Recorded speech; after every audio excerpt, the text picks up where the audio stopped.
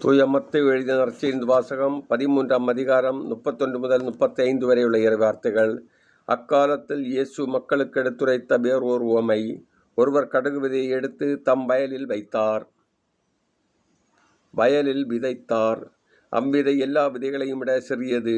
ஆனாலும் அது வளரும்போது மற்றெல்லா செடிகளையும் விட பெரியதாகும். வானத்து பறவைகள் அதன் கிளைகளில் வந்து தங்கும் அளவுக்கு பெரிய மரமாகும். விண்ணரசி கடுகு விதைக்கு ஒப்பாகும். அவர் அவர்களுக்கு கூறிய வேறு ஓர் உவமை. பெண்ணொருவர் புளிப்பு மாவை எடுத்து 3 மரைக்கால் மாவில் பிசைந்து வைத்தார்.